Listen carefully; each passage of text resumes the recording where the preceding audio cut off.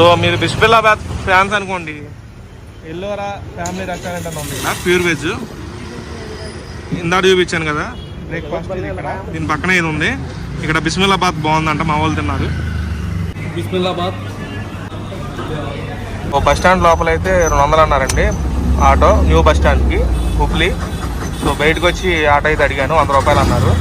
4 kilometre ఉంది, అయినా కానీ 100 రూపాయలు అన్నారు. సర్లే అని చెప్పి ఎక్కేసాం.